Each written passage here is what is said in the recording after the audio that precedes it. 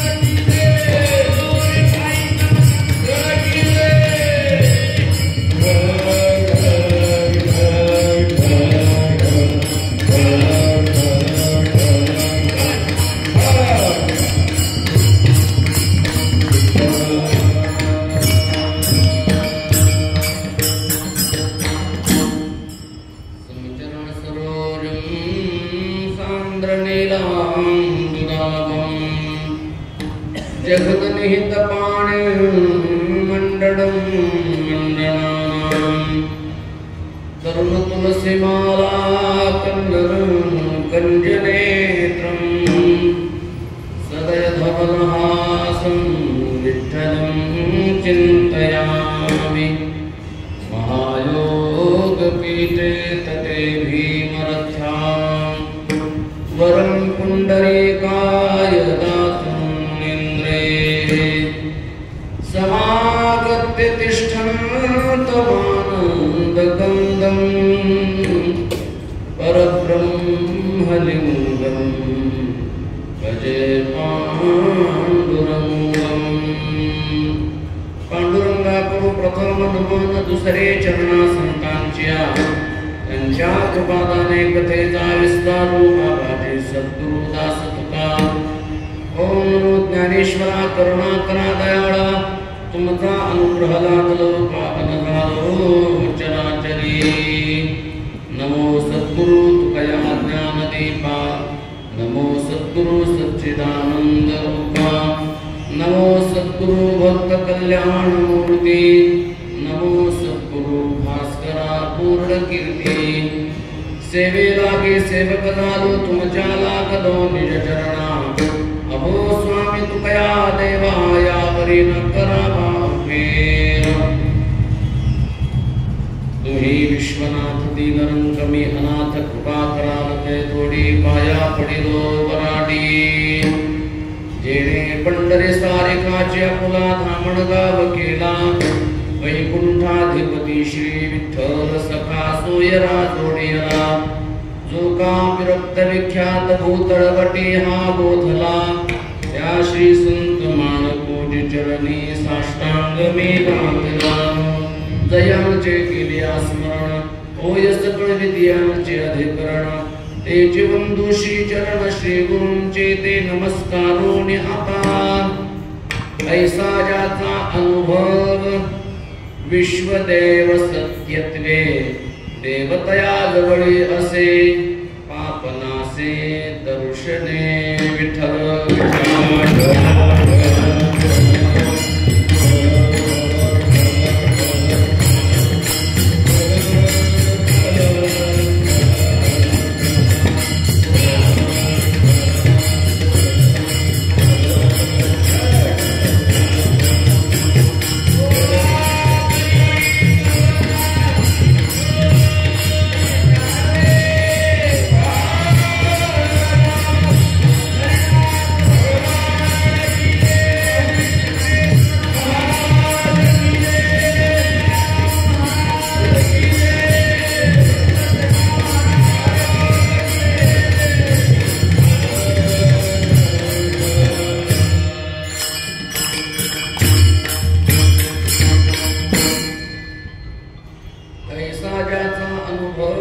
विश्वदेव सत्यत्वे देवतया जवळी असे पापनासे दर्शने।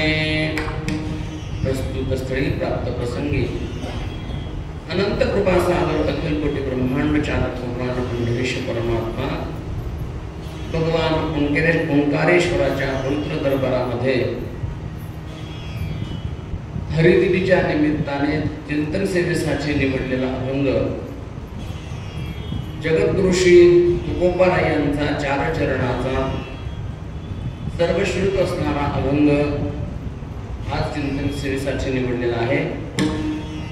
या अभंगाच्या द्वारे जगद्गुरु श्री तुकोबाराय देवाचा निश्चित पत्ता सांगतात। विठ्ठल विठ्ठल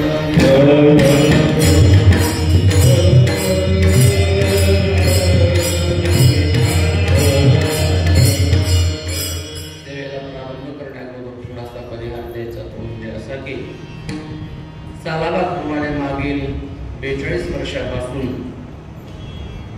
सर्व समाज बांधवांच्या अनुकूल सहकार्यातून सर्वांच्या सहयोगातून श्री संत शेणा महाराज यांच्या पुण्यतिथीचा उत्सव दरवर्षी साजरा होत असतो आणि या नियमाला अनुसरून तसं शेणा महाराजांची पुण्यतिथी उद्या आहे, परंतु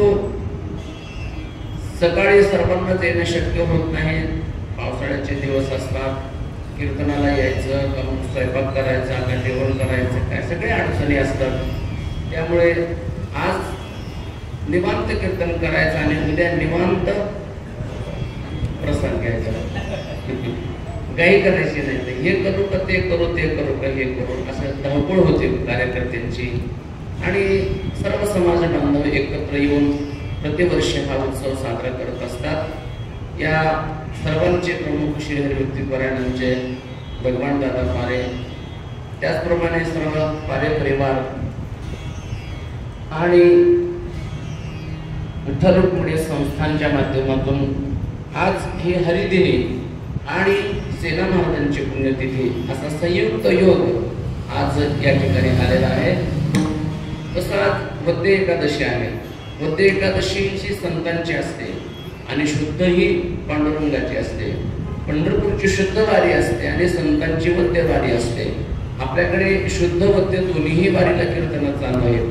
त्या अनुषंगानं आज वद्य वारी असल्यामुळे संतांचं वर्णन करणारा अभंग, अभंग तरी दिसायला वेगळा असला, वेगळा म्हणजे याच्यातून जरी देवाचा पत्ता सांगितला असला तरी पण सांगितला पत्ता देवाचा, परंतु कुठे देव राहतो हे ठिकाण आहे ते संतांचं आहे. म्हणून देवाच्या सोबतच संतांचं वर्णन करणारा हा अभंग असून हा अभंग सेना महाराजांच्या पुण्यस्मरणाच्या निमित्ताने मी समोर घेतलेला आहे. आज दिवसभर पावसाचे दिवस आहेत. पाऊस चालू आहे, धावपळ चालू आहे सर्वांची आणि संध्याकाळपर्यंत पाऊस होताच चालूच आहे आणखीही. म्हणून थोडासा कीर्तनाला विलंब झालेला आहे. तरीही आपल्याला जास्त वेळ आपला सर्वांचा न घेता नियोजित वेळेमध्ये या अभंगाचं थोडंसं चिंतन आणि श्री संत शेणा महाराजांचं चरित्राचा विचार आपल्याला या ठिकाणी करायचा आहे. विठ्ठल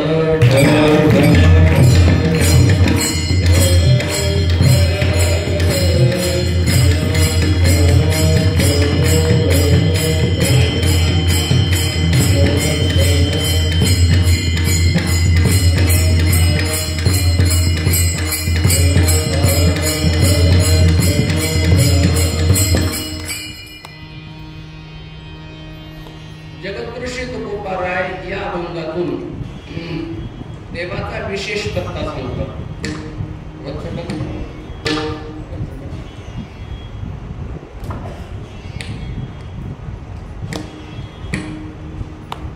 पत्ते दोन प्रकारचे असतात. एक सामान्य पत्ता असतो आणि दुसरा विशेष पत्ता असतो. तुम्ही आपण यात्रेमध्ये दूर कुठेतरी गावाला गेल्यानंतर, एकमेकाला भेटल्यानंतर, नवीन व्यक्ती भेटल्यानंतर विचारत असतात कोणत्या गावचे तुम्ही, कुठून आले. आता आम्ही अयोध्येला गेलतो दादाना, आम्हाला तिथं सगळे विचारायचे तर अयोध्येमध्ये कुठून आले, आम्ही सांगायचं संभाजीनगरहून आले. आम्ही संभाजीनगरहून आलो हे आम्ही सांगितलेला पत्ता जो आहे हा पत्ता कसा आहे, सामान्य पत्ता आहे. आहेत संभाजीनगरचे. पण एकाने विचारलं की तुम्ही संभाजीनगरला आहात, संभाजीनगरचेच आहात, पण आम्ही जर संभाजीनगरला आलो तर तुम्हाला कुठे शोधायचं, तुमचा विशेष पत्ता काय आहे. आम्ही नुसतं संभाजीनगरला आलो तर असं कसं काय सापडेल आम्हाला तुमचं घर, तुमची भेट कशी होईल, त्यासाठी तुमचा आम्हाला विशेष पत्ता पाहिजे. आणि म्हणून मग आम्हाला विशेष पत्ता सांगावा लागला, लिहून द्यावा लागला, फोन नंबर लिहून द्यावा लागला, पत्ता सांगावा लागला. श्री अमुक अमुक अमुक अमुक आरगडे आणि मुक्काम पोस्ट न्यू हनुमाननगर, गल्ली नंबर 4, उभी गती 3री, आडवी 10वी, गिरिजा प्रोव्हिजनच्या शेजारी,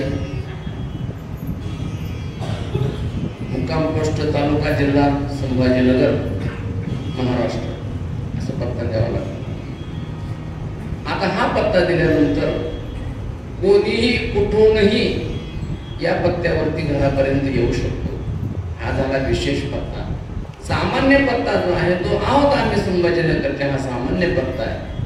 तसं तुम्हाला आम्हाला जसा पत्ता आहे तसं देवाला सुद्धा पत्ता आहे. देव सुद्धा कुठे राहतो? नाहं वसामि वैकुंठी योगिनां हृदयेरवो मद्भक्ता यत्र गायन्ति तत्प्रतिष्ठा नारद. भगवान म्हणतात, नारद आम्ही उभा तेथे, माझे भक्त गाती जेथे.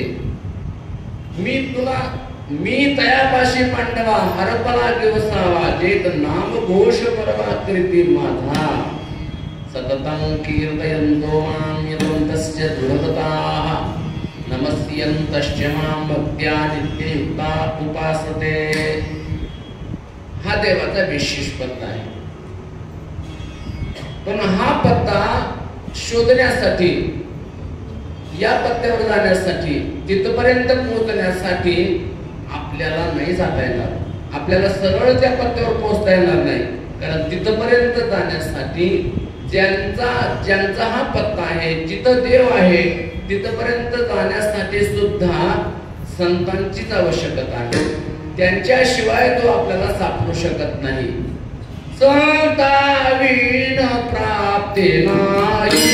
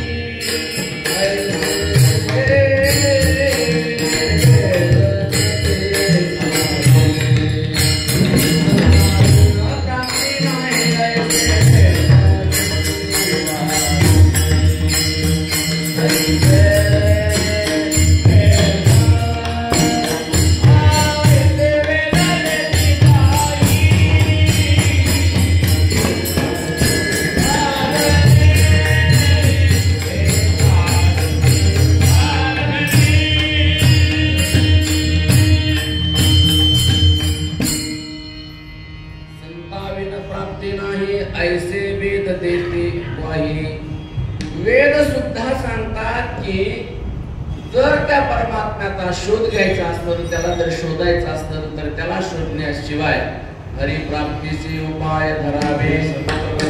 येणे साधती साधने तुटती भवाची बंधने संताविन प्राप्ती नाही ऐसे वेद देती ग्वाही. असं वेद सांगतात. म्हणून त्याला जर शोधायचं असेल तर आपल्याला संतांच्या द्वारा शोधावं लागेल. तसं तो आपल्याला मिळालेला आहे. त्याचा सामान्य पत्ता आपल्याला माहित आहे. तो कुठे आहे? तैसा हृदयामध्ये विराम असता सर्व सुखाचा आराम. तसा तो सर्वांच्या हृदयदेशी आहे. एरवी सर्वांच्या हृदयदेशी मी अमुक आहे ऐसी ते बुद्धिस्प्रिय हरनिशी ते वस्तू का मी सर्वांच्या हृदयस्थानी आहेच, परंतु सामान्य रूपान आहे. तुमच्या आमच्यासाठी जो आहे तो सामान्य रूपान आहे, परंतु तो आपल्याला प्राप्तही आहे. मिळालेला नाही का? आपल्याला शोधायला जायची गरज कधी असते? जर मिळत नसेल तर शोधायला जायचं, परंतु तो आपल्याला मिळालेला नाही का? मिळालेला आहे, परंतु मिळालेला असूनही तो कळालेला नाही. काही गोष्टी मिळतात परंतु कळतीलच असं मात्र नाही. आपलं सामान्यच जाऊ द्या, आपण तर सामान्य श्री संत शिरोमणी नामदेव महाराजांना मिळाला होता का कळाला होता? पूर्वावस्थेमध्ये नामदेवरायांना मिळाला होता, कळाला नव्हता. त्यांना कळून घेण्यासाठी काय करावं लागलं? खेचर स्वामीकडे जावं लागलं. त्यांच्याशिवाय संतांना सुद्धा देव करण्यासाठी संतांकडे जावं लागतं. देवाला सुद्धा देव करण्यासाठी संतांकडे जावं लागतं. थोडं तुम्हाला वेगळं वाटेल. महाभारत रामायणामध्ये चिंतन आलेलं आहे. प्रभू रामचंद्र वशिष्ठ मुनींना विचारतात, श्री गुरु ब्रह्म म्हणजे काय? कोण विचारते? ब्रह्मच. प्रभू राम म्हणजे रामचंद्र प्रभू म्हणजे ब्रह्मच आहेत. आणि ब्रह्मच वशिष्ठांना विचारते की ब्रह्म म्हणजे काय? प्रश्न रामायणामध्ये. मग ब्रह्माला ब्रह्म माहित नाही का? परंतु ब्रह्माला सुद्धा ब्रह्म करण्यासाठी, देवाला सुद्धा मी देव आहे हे करण्यासाठी संतांचीच गरज लागते. जेव्हा सेतुबंधन चालू होतं, सेतुबंधन चालू असताना सर्व वानर मोठे मोठे डोंगर दगड घेऊन यायचे, निळ्याच्या दोघांच्या हातामध्ये द्यायचे आणि ते नळाने निळ ते टाकून द्यायचे, टाकायचे. राम असं न्यायचं आणि ते दगड पाण्यामध्ये टाकायचा, तो तरायचा. त्याचा इतिहास पाठीमागचा फार मोठा आहे की ते पहिले फार आगाऊ होते, माकडच. ते ऋषीमुनींच्या सगळ्या कपडे सामान उचलायचे आणि रात्रीच्या रात्रीच गायब करायचे, समुद्रात नेऊन टाकायचे, नदीत नेऊन टाकायचे, बुडून जायचं. ऋषीमुनी सगळे शोधत राहायचे. म्हणून त्यांना शाप होता की तुम्ही काही पण उचलून पाण्यात टाकलं तरी ते बुडणार नाही, ते तरेल, असं त्यांना शाप होता. शाप म्हणा की वरदान, शाप हेच वरदान ठरलं. असं त्यांना वरदान असल्यामुळे जेव्हा सेतुबंधनाची वेळ आली तेव्हा यांना दगड टाकायला ठेवलं. बराच सेतू 10-20 किलोमीटर झाल्यानंतर रामप्रभू विचार करू लागले की माझं नाव या दगडावर टाकतात आणि दगड पाण्यावरती तरतात, सेतू बांधू लागले. वानरांच्या हात करते, आपण बघू टाकून एखादा दगड. म्हणून रामप्रभूंनी काय केलं, थोडस इकडं तिकडं कोणी आहे का पाहिलं आणि एक दगड घेतला आणि सोडला. असं टाकल्याबरोबर तो बुडाला, खाली गेला. त्यांनी कोणी पाहिलं नाही, कोणी नाही. ते म्हणले आपण जोरात टाकल्यामुळे बुडला असेल कदाचित. म्हणून रामप्रभूंनी काय केलं, पुन्हा अलगद असं सोडला. अलगद सोडला तरी सुद्धा दगडच आहे, तो बुडणारच. आणि मग 2-3 दगड टाकले, तिन्ही बुडले. आणि मग जरा कसं तरी वाटू लागले त्यांना. आपल्या नावानं दगड तरतात आणि आपल्या हातून दगड तरत नाही. म्हणून रामप्रभूंनी थोडस पाठीमागे पाहिलं तर हनुमंतराय मागे उभे होते. हनुमंतराय म्हणजे रामप्रभू हनुमंता कधी आला? ते म्हणे पहिल्या दगडाला आला. अरे तू पाहिलं का काय? हो पाहिलं. म्हणे अरे दगड हो पाहिलं. म्हणे बुडला नाही तुमच्या नावानं दगड तरतात, परंतु तुम्ही जो सोडला तो तरेलच कसं काय? तुमचं नाव घेऊन माणसं तर जगू शकतात, करू शकतात, परंतु तुम्ही ज्याला सोडलं तो जगू शकणार नाही, तो करू शकणार नाही, तो बुडेलच. अरे पण माझं नाव, म्हणजे तुमच्या नावाचा महिमा तुम्हाला काय माहित आहे?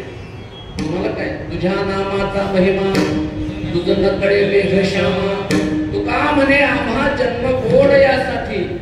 तुझ्या नामाचा महिमा आम्हाला माहित आहे, तुला काय माहित आहे देवा? कुमोदिनी काय जाणे परिमळ भ्रमर सकळ भोगी तसे. कुमोदिनी काय जाणे परिमळ तैसे तुझ भावे नाही तुझे नाम.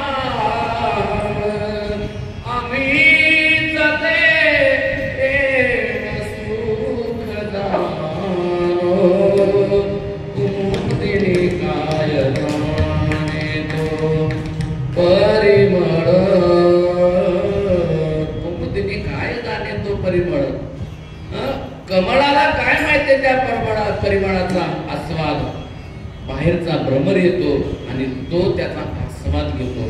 तसं ब्रह्मालाच ब्रह्म माहित नाही, त्या ब्रह्माला संतांना विचारावं लागतं. रामप्रभूंना विचारावं लागलं वशिष्ठांना, ब्रह्म म्हणजे काय.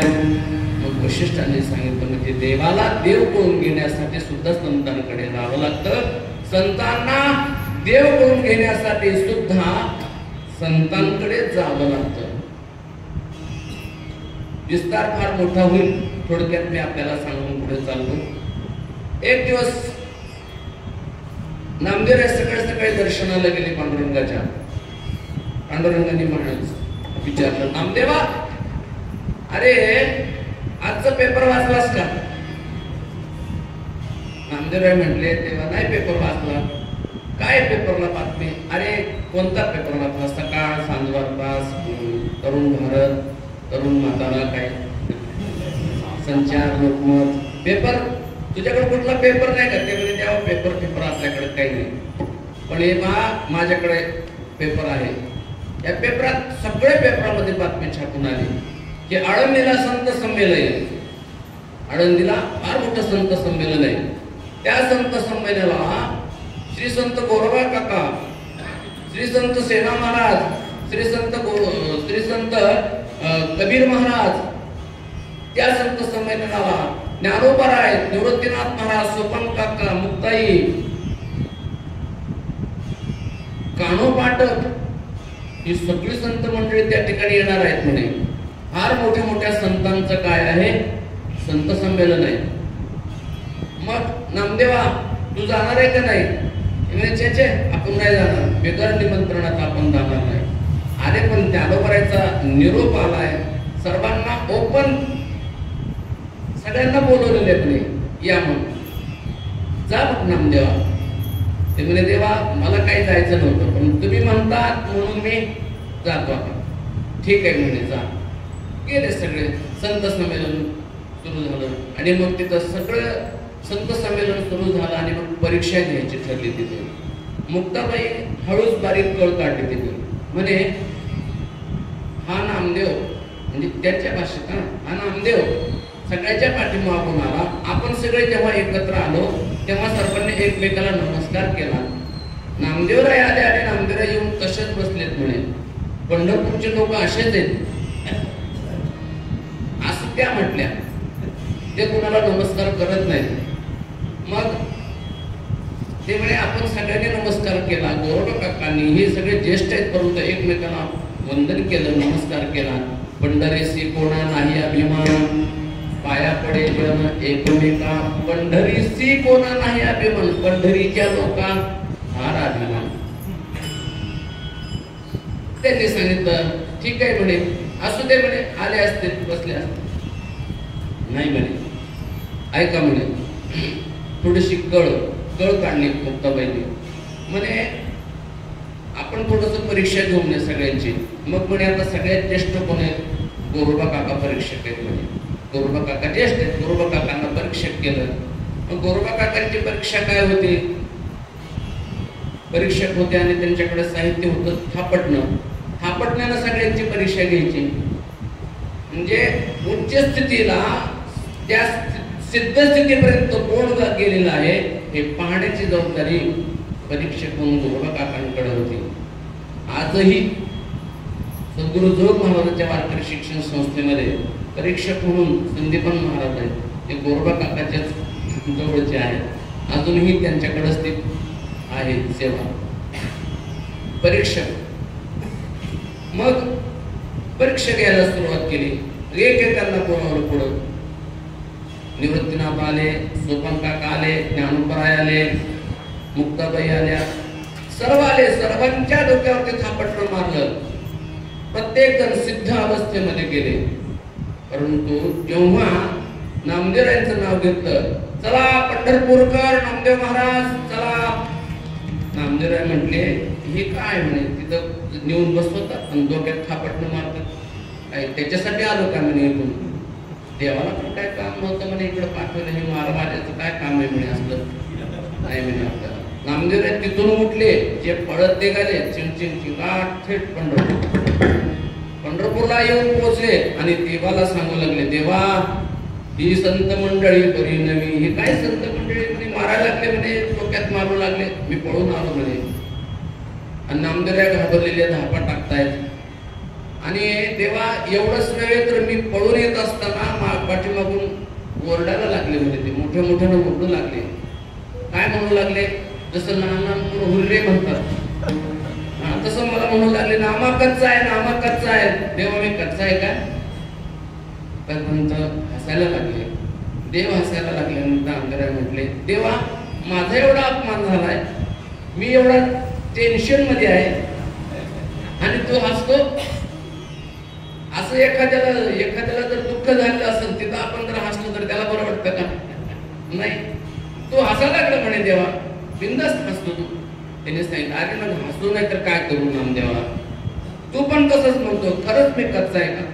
हो म्हणे नामदेवा, कच्चाच आहेस तू. नामदेवराय म्हणले, कसा कच्चा आहे सांग म्हणे तू. अरे मी तुझ्या सोबत राहतो, तू माझ्या हातून जेवण करतो, तू दूध पितो माझ्या हातून, मला देव कळाला नाही का? मी कसा कच्चा आहे?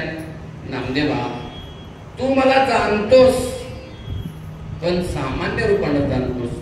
तू जो मला पाहतो तो देवळातला देव म्हणून पाहतो, तुझी व्यापक दृष्टी आणखी तुला आलेली नाही. तुला देव मिळालेला आहे पण कळालेला नाही.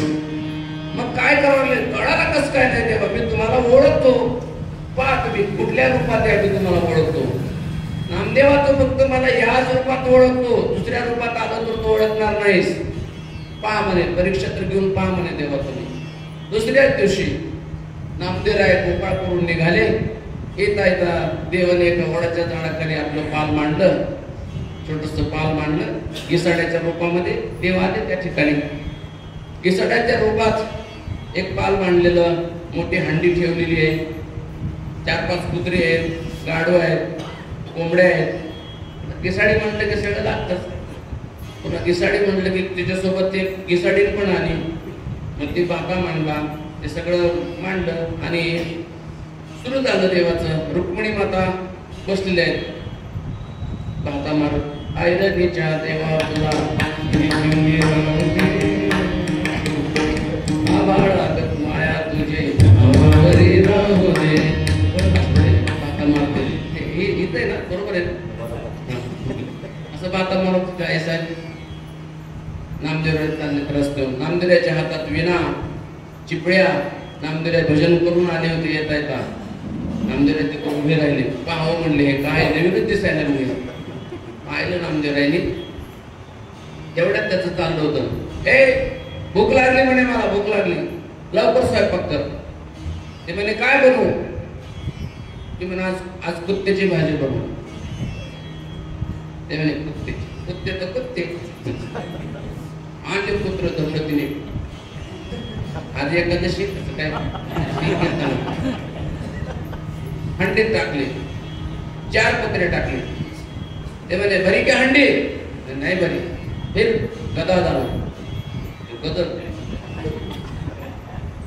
भरी क्या हंडी? नाही भरी. फिर मुर्गे झालो. मुर्ग्या टाकल्या, 2-4 मुर्ग्या टाकल्या. मुर्गे टाकले 2-4. तरी भरी क्या हंडी? नाही भरी. फिर बच्चे डालो, 2 बच्चे. त्याला 2-4 बच्चे होते, त्याला भरपूर 2 बच्चे डालो उसमें. 2 बच्चे टाकले त्याच्यात. त्याने आप भरी क्या हंडी? नहीं भरी. फिर वो जो बिना लेके खड़ा है ना उसको पडतं सुटले. काय करायला आता? अरे हंडी तरी आहे कशी तुझी? एवढं आता तरी तुझी हंडी भरत नाही. जे नामदेवराय पळत सुटले, थेट पांडुरंगाच्या मंदिरात आले. धापा टाकत देव म्हणले काय झालं नामा? काय देव म्हणे वाचून आलो नाही तर आज माझं हंडीत होते माझी. ते म्हणे काय झालं नामदेवा? नाही म्हणे अरे तिथं घिसाडे आला होता. म्हणे तू घिसाडे? सांगितलं सगळं त्यांनी. काय नामदेवा म्हणे अरे मीच होतो. तुम्ही होता तेव्हा? हो. आणि ती घिसाडी रुक्मिणी होती म्हणे. तुला मी म्हणत होतो तुम्हाला ओळखत नाही, तुला मी मिळालो परंतु कळालो नाही. तेव्हा काय करावं लागेल करण्यासाठी? नामदेवरायला देवाने सांगितलं नामदेवा तुला विसोबा खेचरांकडे जावं लागेल आणि मग विसोबा खेचरांकडे गेल्यानंतर तुला मी जसा आहे तसा तुला कळेल, विशेष रूपाने माझी ओळख तेव्हा होईल. मग नामदेव कुठे गेले, औंढ्या नागनाथला गेले आणि विसोबा खिचरांचं दर्शन झालं. तिथला विस्तार आपल्याला करायची गरज नाही. नामदेव तिकडून आल्यानंतर जेव्हा द्वादशीचं पारण सोडण्यासाठी पंढरीच्या वाळवंटामध्ये चंद्रभागेचे आले आणि 3 पाणगे असे केलेले होते. त्याच्यातलं एक पाणग रोटी कुत्र्याच्या रूपात देवाने येऊन ते घेऊन चालले आणि तेव्हा नामदेवाच्या लक्षात आलं. नामदेव म्हणतात, देवा ही कोरडी रोटी कैसी खाशी, हे घे तुपाची वाटी. आणि मग देवाने तिथं नामदेवाला दर्शन दिलं. मग बाळ म्हणतात, नामदेवा आता कसं काय कळालं? नामदेव म्हणतात, ओळखी झाली सर्वा ठाई, नामा म्हणे खेचर पायी, ओळखी झाली सर्वा ठाई, तू सर्वत्र आहे याची अनुभूती मला विसोबा खेचरांमुळे झाली. म्हणजे संतांना सुद्धा देव करण्यासाठी संतांकडे जावं लागतं, देवाला सुद्धा देव करण्यासाठी संतांकडे जावं लागतं. मग तुम्हाला मला देव करण्यासाठी देवाचा पत्ता शोधण्यासाठी आपल्याला पुढाऱ्याकडे जाऊन चालेल का? आपल्याला सुद्धा संतांकडे जावं लागेल. संताविन प्राप्ती नाही ऐसे वेद नाही. संत कुठे असतात? संतांचा देव कुठे असतो? देवाचा पत्ता काय आहे? आणि तो पत्ता जगद्गुरु श्री तुकोबाराय अभंगाच्या पहिल्या चरणामध्ये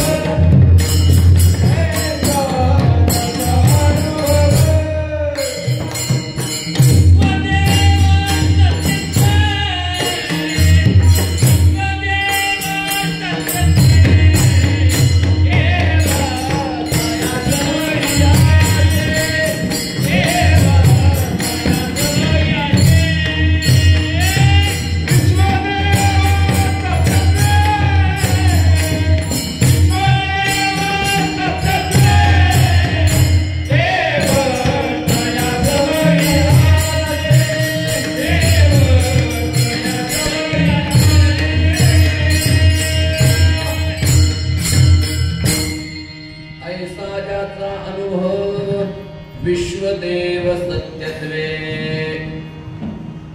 संत 2 प्रकारानं कोणाकडे आपण जावं? संतांकडे जावं. संत गेल्यानंतर आपल्याला देवाची ओळख करून देतील, ज्ञान प्राप्त करून देतील. ते ज्ञान पैगा बरवे जरी मनी अति अनावे, तरी संताया बजावे. सर्वश्रेष्ठी तनु मनुजीवे, चरणासी लागावे. अगर्वता करावे दास्य सकळ. ज्ञानाविना देव कळू शकत नाही. देव कळण्यासाठी काय लागतं? ज्ञान असावं लागतं.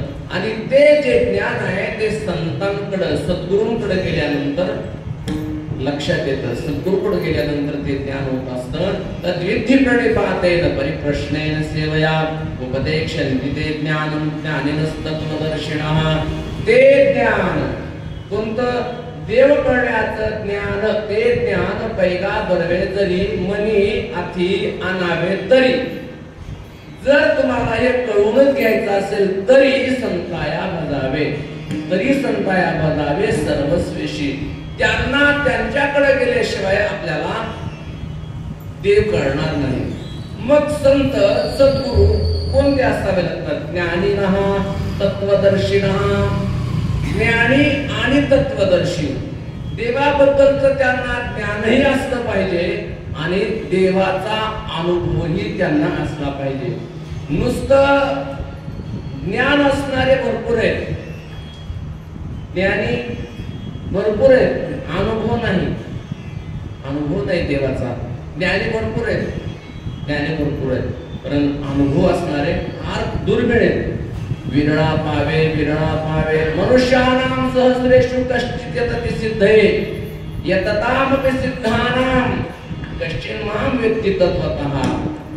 हजारांमध्ये नव्हे तर हस्तेच्या महापुरी दिगताती कोटीवरी परी प्राप्तीच्या पैलतीने मी पाहिला आणि एखादाच आहे, एखादाच माझ्यापर्यंत येऊ शकतो. म्हणजे तो ज्ञानी असे जाणणारे थोडे आहेत. देवाला देवाचं ज्ञान असणारे भरपूर आहेत, परंतु त्याचा अनुभव असणारे कमी. म्हणून या अभंगामध्ये देवाचा पत्ता सांगत असताना 6 निकष लावलेले आहेत. 6 निकष आहेत या अभंगात. सरळ सरळ सांगून जातो तुम्हाला. कुठे देव राहतो, देव कुठे राहतो. ऐसा ज्याचा अनुभव विश्वदेव सत्यत्वे देव तया जवळी असे. देव तिथे आहे. कुठे आहे, देव तया जवळी असे. ऐसा ज्याचा अनुभव विश्वदेव सत्यत्वे देव तया जवळी असे.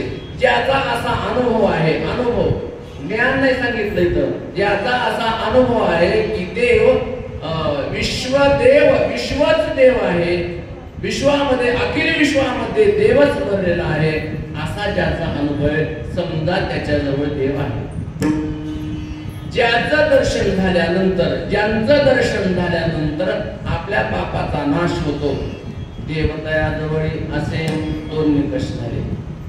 कामक्रोधा नाही चाली देवतया जवळी असे.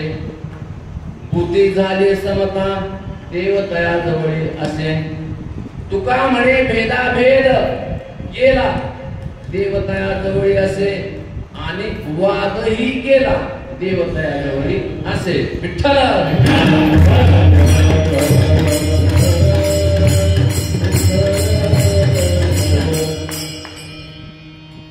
या 6 गोष्टींचा विचार करायचा आणि आपल्याला थांबायचं. पहिली गोष्ट आहे की ऐसा ज्याचा अनुभव. ऐसा म्हटलं की कैसा, जर म्हटलं की तर येतं, ऐसा म्हटलं की कैसा. ऐसे ऐसे आणि भेटती ते साधू, कैसे पैसे आणि भेटते ऐसे ऐसे आणि भेटते. तर ऐसा ज्याचा अनुभव. असा म्हणजे मग कसा, कसा म्हणजे विश्वदेव सत्यत्वे ऐसा अनुभव. ऐसा म्हणजे कैसा, विश्वदेव सत्यत्वे, विश्वाच देव आहे अशी ज्याला अनुभूती आहे. अनुभूती वास्तविक पाहता आपण सर्वत्र देव मानतो, परंतु संत चेतना विशेष रूपानं या उपाधी माझी गुप्त चैतन्य असे सर्वगत ते तत्वज्ञ संत स्वीकारिते. ज्ञानोबांनी गोड सांगितलं. या उपाधी माझे गुप्त चैतन्य असे. या उपाधी माझी, उपाधी म्हणजे हा देह, या देहामध्ये चैतन्य आहे की नाही. म्हणजे किमान कीर्तनाला आलेल्या सगळ्यांच्या मध्ये तरी अजून चैतन्य आहे. चेहरे पडलेले असू द्या पण चैतन्य आहे, हालचाल चालू आहे, त्या अर्थी चैतन्य आहेच. या उपाधी माझे गुप्त चैतन्य असे. पण हे चैतन्य एवढ्या एकाच ठिकाणी नाही, तर हे चैतन्य सर्वत्र आहे. सर्वत्र आहे. चैतन्य मर्यादित आहे का? चैतन्याला मर्यादा नाही, तेजाला मर्यादा नाही, तेज व्यापक आहे. तसं हे चैतन्य केवळ इथंच नाही, सर्वाघटे नाम देहादेही एक सूर्यप्रकाशक सहस्र रश्मी असं ते व्यापक आहे. चैतन्य असे सर्वगत, परंतु ते तत्वज्ञ संत स्वीकारिते. तत्वज्ञ म्हणजे अनुभवानं, अनुभवानं ते जाणतात. अनुभवानं आपण सर्वत्र जाणत नाहीत, आपण सर्वत्र त्याचा अनुभव घेत नाहीत. आपल्याला अनुभव आहे का? आपल्यामध्ये भेद आहे. आपण भेद करतो याच्यामध्ये. हा तुझा आहे, तो ठेंगणा आहे, तो अमुक आहे, तो असाच आहे, तो तसाच आहे. हे आपले भेद झाले. चैतन्याच्या दृष्टीनं जर आपण पाहिलं तर सर्वांमध्येच परमात्मा आहे. हे संत स्वीकारतात, जाणतात. ते तत्वज्ञ संत स्वीकारिते म्हणजे त्यांना विश्व ब्रह्म सर्वगत सदा सम आहे याची त्यांना अनुभूती आहे. असा त्यांचा काय आहे? अनुभव आहे. नामदेवांना तोच अनुभव आहे. नामदेवांना तोच अनुभव आहे, ज्ञानोबरायांचा तोच अनुभव आहे, तुकोबरायांचा तोच अनुभव आहे. तुकोबराय तर म्हणतात सर्वत्र तोच आहे, कशा कशामध्ये तो नाही, सर्वत्र तोच आहे. वृक्षवल्ली आम्हा सोय रे वनचरे, वृक्षवल्ली आम्हा सोय रे वनचरे, पक्षी सुस्वरे आळविती, वृक्षवल्ली आम्हा सोय रे वनचरे, वृक्षवल्ली आम्हा सोय रे वनचरे.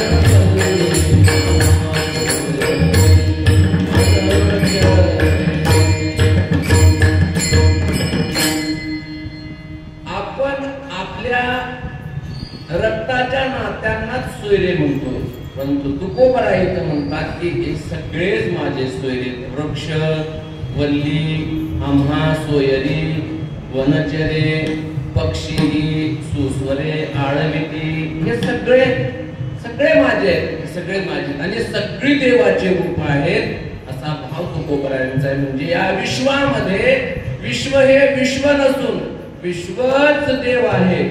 चराचरामध्ये जे जे दिसतं, जे जे देखणे सकळ किंवा विठ्ठल जळी स्थळी पडला, रिता ठाव नाही उरला, आजम्या दृष्टीने पाहिला विठ्ठलची विठ्ठल, याच्यात विठ्ठल तीर्थ विठ्ठल देव विठ्ठल, देव विठ्ठल देव पूजा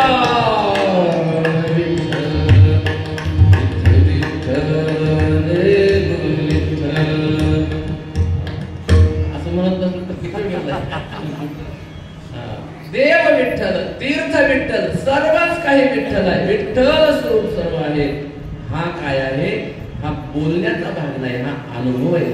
तत्वज्ञ संत स्वीकारिती असा ज्यांना अनुभव आहे, समजा देव तया जवळी आसी,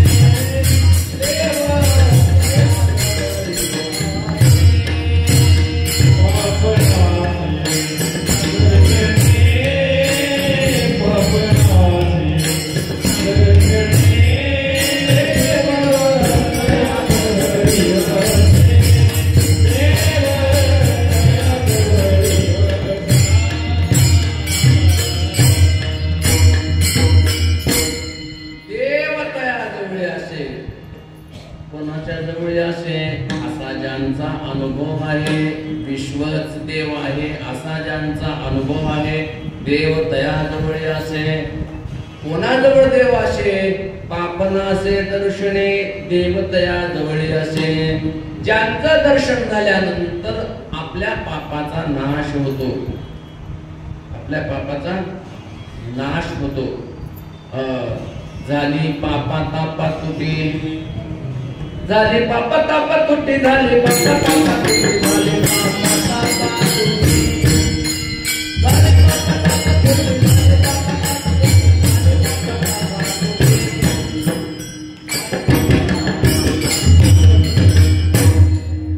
तुटी झाली. दैन्य गेले उठा उठी,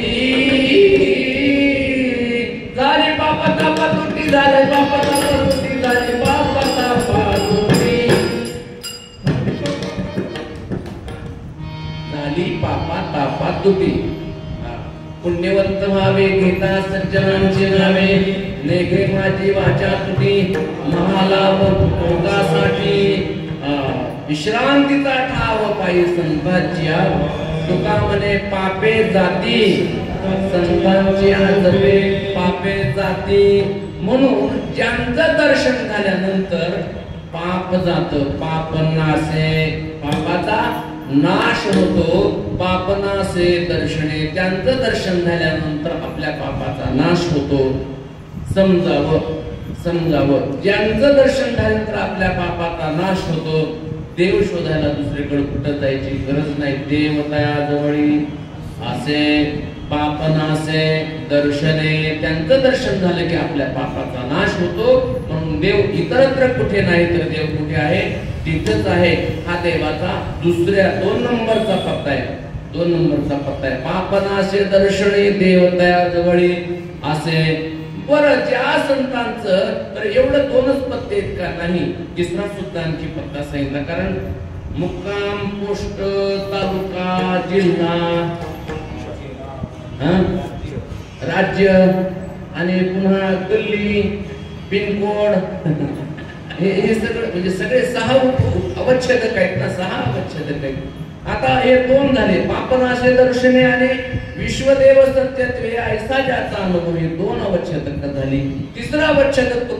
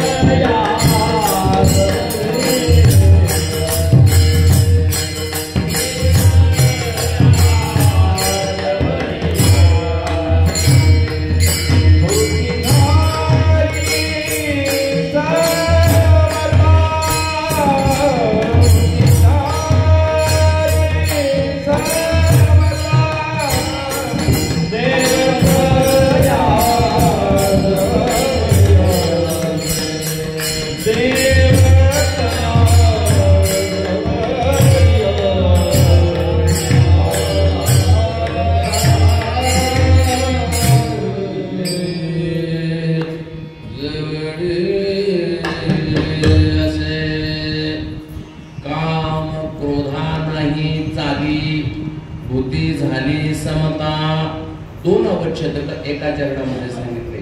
पहिले 2 झाले, आता हे 2. काम क्रोधा नाही चाली. काम क्रोध नाही असं नाही, काम क्रोध त्यांच्याकडेही आहे. भक्ती करण्यासाठी सकामता असावीच लागते. सकामता म्हणजे द्रव्याची नाही, धनाची नाही, मानाची नाही, परंतु भक्ती करण्यासाठी सकाम वृत्ती असावीच लागते. त्याशिवाय भक्ती होत नाही. काम असावंच लागतं. परंतु देवासंबंधी असणारा काम तो काम नसून तो निष्कामच आहे. देवाच्या संबंधी असणारा जो काम आहे तो काम असूनही तो निष्काम आहे. अयाचित वृत्तीने केलेली भक्ती ही निष्काम वृत्तीने केलेली भक्ती आहे, निष्काम सेवा आहे. ती निष्कामता त्यांच्या ठिकाणी असते. म्हणजे काम आहे, काम असल्याशिवाय ही काम करू शकत नाही. काम नसेल तर कामच होत नाही. लक्षात येते का? कुठलंही काम करायचं असेल तर कामच पाहिजे. वृत्तीमध्ये इच्छा पाहिजे. इच्छा, काम नाम इच्छा. काम कशाला म्हणायचं? इदम्मेषा इदम्मेषा, हे मला पाहिजे, ते मला पाहिजे. भजन करायचं, मला भजन करायचं, मला भजन करायचं, ही इच्छा असावी लागते का नसावी लागते? इच्छा असल्याशिवाय भजन होईल का? इच्छा असल्याशिवाय मृदंग वाजवला जाईल का? इच्छा असल्याशिवाय विना घेतल्या जाईल का? विना कुठलीही गोष्ट भक्तीतली नव्हे कुठलीही करायची असेल तर इच्छा असल्याशिवाय, इच्छा म्हणजेच काम, इच्छा असल्याशिवाय कुठलीच गोष्ट करू शकत नाही. ज्यांची इच्छा नव्हती ते घरी झोपले. ज्यांची इच्छा नव्हती त्यांच्याकडे कामच नाही. काम नाही झालं पाहिजे ते घरी झोपले. ज्यांच्याकडे काम आहे त्याची झाले. म्हणजे काम असल्याशिवाय सुद्धा काम होऊ शकत नाही. म्हणून संतांकडे काम आहे परंतु भक्तीसाठी तो काम त्यांनी त्याचा वापर केला. भक्तीसाठी काम वापरणं याला काम म्हणत नाही, परंतु कामाची चाली नाही त्यांच्याकडे. आपल्याकडे कामाला चाली आहे, चाल आहे आपल्या कामाला, त्यांच्याकडे कामाला चाल नाही. चाल म्हणजे काम, त्यांचं काम चालत नाही, चालू नाही, चालू. आपला काम चालू आहे. म्हणजे आपल्या इच्छा ज्या आहेत ना त्या आपल्या इच्छा देवाला सोडून बाहेर फिरतात. आपल्याला फक्त देवापुरतीची इच्छा नाही तर आपल्या ज्या इच्छा आहेत ना, आपल्या इच्छा संसारातल्या इच्छा आहेत. म्हणून आपला काम चालू आहे, आपल्या इच्छा चालू आहे आणि त्यांच्या चालू नाही. चालू नाही, आपल्या इच्छा चालू आहे. म्हणजे आपला काम जो आहे तो आपल्या कामाला चालेल, त्यांच्या कामाला चाली नाही. चाली म्हणजे चालू म्हणजे आपल्या इच्छा पडतात इकडे तिकडं. हे पाहिजे, शेजारीचा प्लॉट निघालाय तो घ्यायचा आहे, ही इच्छा आपल्या असतात. इकडे आता एक मधला बांधला तर जागा काय पुरवणार म्हणून ही इच्छाच आहेत ना. ह्या मनोरथाच्या उतरी हे इच्छाच आहेत ना. एकमेक आपल्या म्हणजे आपल्या कामाला काय आहे? चाल आहे, चाल. आपला काम सतत असा बाहेर फिरत असतो. इकडं काय चाललंय, तिकडे काय चाललंय, याला म्हणतात चाली. त्यांच्या कामाला चाली नाही आणि त्यांच्या क्रोधालाही चाली नाही. क्रोध नाही असं नाही, काम आहे नाही असं नाही. काम असल्याशिवाय गाथा लिहिलं नाही, काम असल्याशिवाय ज्ञानेश्वरी लिहिली नाही. म्हणजे इच्छा असल्याशिवाय त्या गोष्टी घडल्या नाहीत. परंतु जेव्हा एवढं असूनही जेव्हा देव भेट देत नाही तेव्हा मात्र क्रोधाचाही वापर त्यांनी केला. परंतु क्रोधाचाही वापर केला तो देवासंबंधीच केला. कामाचाही वापर केला परंतु तो देवासंबंधीच केला. देवासंबंधी केलेल्या कुठलीही क्रिया, कुठलीही वृत्ती ही कामाच्या बाह्य अंगाला ती शोभत नाही, बाह्य अंगाला ती शोधत नाही. त्यामुळं त्याला चाली आहे असं म्हणता येत नाही. म्हणजे त्यांच्याकडे कामही आहे आणि क्रोधही आहे. क्रोध आहे, किती रागावले तो कोबर आहे, भेट देत नाही का? पाहतो कशी, अरे आमच्याकडे तुझं देव पण नाही. अरे तुला तरी कोण विचारतंय? आम्ही म्हणून तर तू आहेस. तुझी किंमत आमच्यामुळे, तुला तरी कोण विचारत? नको देऊ. आगे माझा आशीर्वाद सुखे नांद भाग्याने म्हणे की आमचाच आशीर्वाद घे, तू नको देऊ आशीर्वाद आम्हाला. हे राग आल्यानंतर, क्रोध आल्यानंतर तुकोबराय बोलतात, ज्ञानोबराय बोलतात, सर्व साधू संत बोलतात. क्रोध नाही का? आहे क्रोध, परंतु समाजावरती नाही क्रोध केला त्यांनी, लोकांवरती कधी रागवले नाही. देवावर रागवायचं तर देवावरच रागवायचं. काम इच्छा करायची तर देवा संबंधीच करायची. म्हणून त्यांचा जो काम आहे तो काम ठरला नाही, त्यांचा जो क्रोध आहे तो क्रोध ठरला नाही.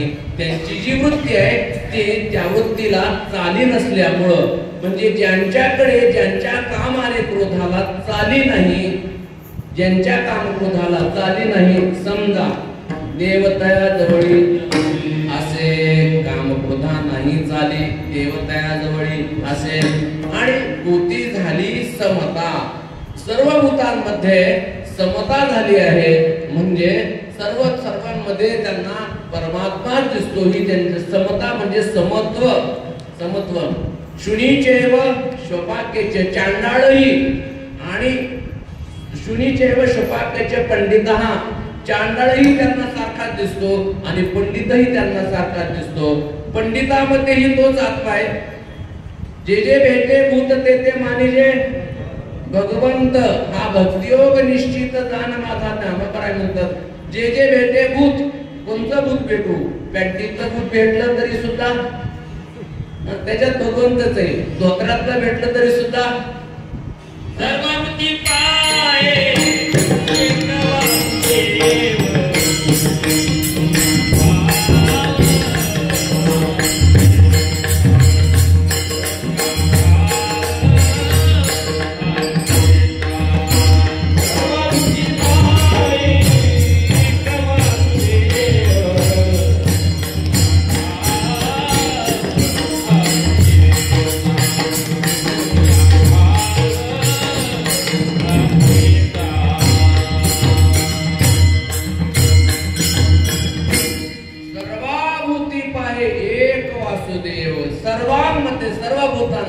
एकच वासुदेव आहे.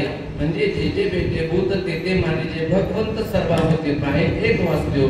हे प्रमाण अभंगाचं झालं आणि हे ज्ञानोबरांची पोवी झाली. म्हणजे सर्वांमध्ये भूतांबद्दल समता आहे, विषमता कुठे नाही. आपल्यामध्ये विषमता असते, संतांच्या ठिकाणी विषमता नसते. समजा ज्यांच्या ठिकाणी समता झालेली आहे, देवतयाजवळी असे पापनाशे दर्शने.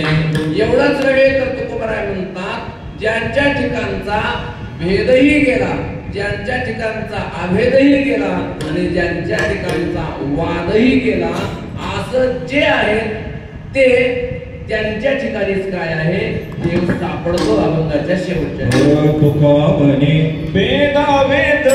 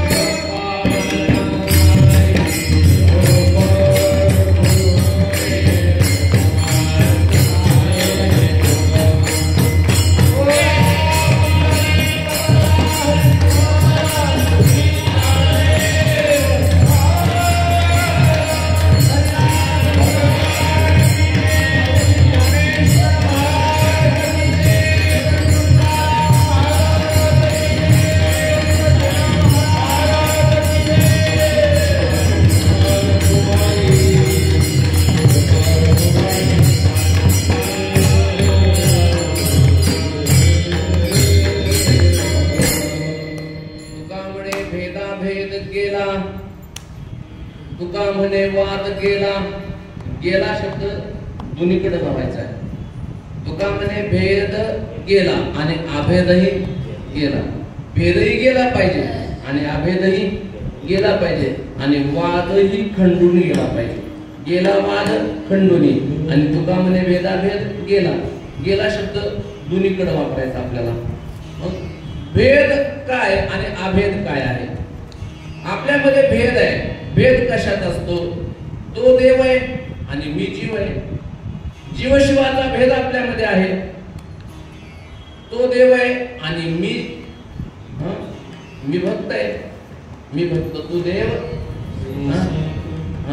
हे भक्तीसाठी हे पाहिजे. भक्तीसाठी द्वैत पाहिजे. द्वैताशिवाय भक्ती होत नाही. परंतु वास्तविक पाहिलं तर त्याचा आणि आपलं काय आहे? अद्वैत आहे. अद्वैत आहे. पण अद्वैतामध्ये भक्ती होत नाही. म्हणून तुकोबाराय म्हणतात अद्वैती तो नाही माझे समाधान, गोड हे चरण सेवा तुझी. सेवा करायची असेल तर द्वैतच लागेल. म्हणून त्यासाठी घेईन मी जन्म, यासाठी देवा तुझी चरण सेवा साधावया. चरण सेवा साध्य करण्याकरता द्वैत लागतं. परंतु द्वैत सेवा करेपर्यंतच पाहिजे. सेवा झाल्यानंतर पुन्हा ते द्वैतही गेलं पाहिजे. म्हणजे भेदही संपला पाहिजे आणि अभेदही गेला पाहिजे.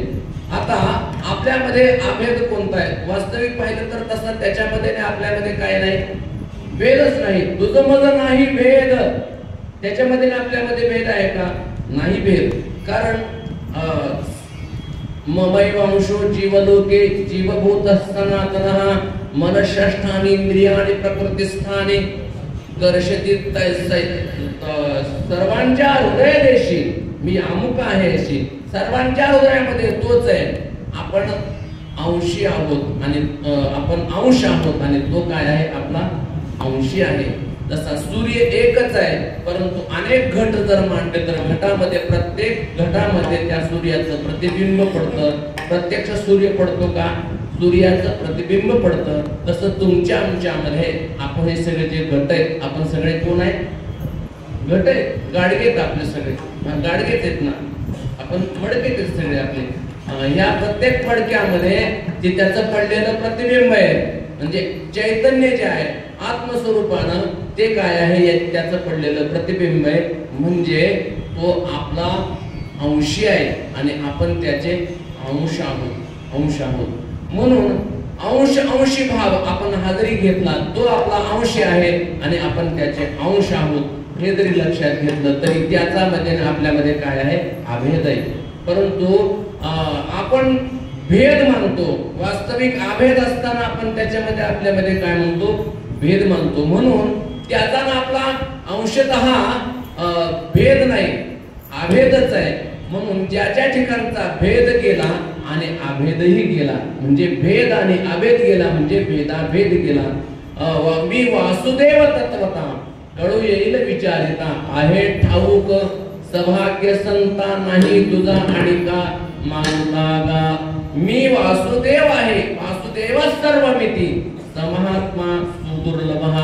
ज्याच्या ठिकाणी मी वासुदेव आहे त्याच्यामध्ये आणि माझ्यामध्ये भेद नाही. हा त्यांच्यातला भेदही गेलेला आहे आणि अभेदही ज्यांचा गेलेला आहे. समजावं म्हणजे तिथेच देव आहे. देव तयाजवळी असे पापनासे दर्शने. आणि वाद जो आहे तो वादही खंडून गेलेला आहे. वाद बरेच असतात. आता देवाचा म्हणजे आपल्या देवाच्या आपल्यामध्ये भेदाभेदाचा आहे वादच एक प्रकारचा. तो वादही त्यांच्यामधला आणि देवामधला वाद संपून गेलेला असतो. म्हणून ज्यांच्या ठिकाणचा वादही खंडून गेला, भेदाभेदही गेला, ज्यांच्या कामक्रोधाला चाली नाही, ज्यांना सर्वत्र भूतामध्ये परमात्मा आहे अशी अनुभूती आहे. एवढंच नव्हे तर ज्यांचं दर्शन झाल्यानंतर पापनासे दर्शने. एवढंच नव्हे तर तुकोबाराय सांगतात की ज्यांचा असा अनुभव आहे की विश्व हे विश्व नसून विश्व हाच देव आहे असा ज्यांचा अनुभव आहे. देवता जवळी असे पापनासे दर्शने. असे जे संत आहेत ते कोण आहेत? निवृत्तीनाथ महाराज आहेत, सोपान काका आहेत, मुक्ताई आहेत, जगद्गुरु श्री तुकोबाराय आहेत, श्री संत सेना महाराज आहेत. या सर्व संतांच्या मध्ये ही वृत्ती होती. इथे एक संतांमध्ये भेद नाही, परंतु संतांचे जे विचार आहेत सर्व संतांचे विचार एकच आहेत असा ज्यांचा विचार आहे, मग निवृत्तीनाथ महाराजांमध्येही परमात्मा आहे, ज्ञानोबरायांमध्येही परमात्मा आहे सर्व संतांमध्ये अशी जी लक्षण आहेत या लक्षणाने युक्त जो आहे तिथेच देव आहे. देव तेथेची जाणावा, देव बसे चित्ती ज्यांची घडावी संगती. काय ऐसे आवडते म्हणा देव वसे चित्ती, ज्यांच्या चित्तामध्ये देव वसतो देव तयाजवळ वसे, म्हणजे आपल्यामध्ये सामान्य रूपानं वसे आणि त्यांच्यामध्ये विशेष रूपानं वसे, त्यांच्याकडे आसे आणि आपल्याकडे फक्त वसे, आपल्याकडे नुसतं वसे त्यांच्याकडे आसे. त्यामुळं ते त्या उच्च स्थितीला प्राप्त झालेले आहेत असे संत श्री संत सेना महाराज. हे वास्तविक पाहिलं तर आपल्या महाराष्ट्रातले नाहीत, ते नव्हते. ते त्यांचा जन्म संत कुठे जन्मतात, संत कुठल्या जातीमध्ये जन्मतात याला महत्वाचं नाही, हे महत्वाचं नाही. संत कुठल्याही जातीमध्ये सर्व समाजामध्ये संत आहेत. सावता महाराज आहेत, मुर्वा काका आहेत, सर्व समाजामध्ये संत आले आणि कार्य त्यांनी मात्र तत्व त्यांचं एकच आहे. सर्व संतांची तत्व एकच आहे. समाजाची सुधारणा बुडत हे जन्म देखवे डोळा येतो कळवळा. कळवळा कोणत्याही जातीत समाजामध्ये संत जन्माला आले असतील तरी सुद्धा तत्व मात्र त्यांची एकच आहे. अंतःकरणातली तळमळ एकच आहे. विशिष्ट समाजाकरिता किंवा ज्या समाजामध्ये जन्माला आले तेवढ्यापुरतं मर्यादित कार्य त्यांनी केलं नाही, तर त्यांनी सर्व अखिल विश्वाकरता हे विश्वचे माझे घर ऐशी मध्ये द्यायची स्थिर, हे विश्वच माझं घर आहे या समजुतीनं या विचाराने त्यांनी समाजामध्ये सर्व कार्य केलं. असे श्री संत शेना महाराज हे बांधवगड उत्तर प्रदेश मध्ये जवळपास म्हणजे प्रयागराजच्या जवळपास असणारं बांधवगड नावाचं गाव आहे आणि तिथे सेना महाराजांचं त्या ठिकाणी प्राकट्य झालं, अवतरण झालं. 1190 मध्ये सेना महाराज या ठिकाणी आले आणि आल्यानंतर पंढरी कुठे, उत्तर प्रदेश कुठं, प्रयागराज कुठे, परंतु संत जे असतात त्यांना देशाची मर्यादा नाही, त्यांना कालाची मर्यादा नाही. कार्य करायचं म्हटलं की ते तिथेही ते कार्य करू शकतात आणि त्यांच्यामध्ये सर्वत्र पंढरपूरचा पांडुरंग तोही तोच आहे, कृष्ण परमात्मा तोच आहे, रामही तोच आहे. धैर्यली सोंगे येणे अवघी पांडुरंगे. हिंदीमध्ये त्यांनी काही काव्य केलं, सेना महाराजांचं हिंदीमध्ये काही काव्य आहे. आणि नंतर पुन्हा जेव्हा पांडुरंगाचे ते भक्त होते, लहानपणापासून घरामध्ये पांडुरंगाची आवड, देवाची भक्ती त्यांच्याकडे होती. आजही आपल्याकडचे भक्त, आपल्याकडचे महाराष्ट्रातले लोक जे पण तिकडच्या भागामध्ये आता उत्तर प्रदेशमध्ये, मध्य प्रदेशमध्ये आहेत. आम्हाला एक अयोध्येमध्ये एक भेटले होते, आपल्या अकोल्याचे होते, रिक्षा चालक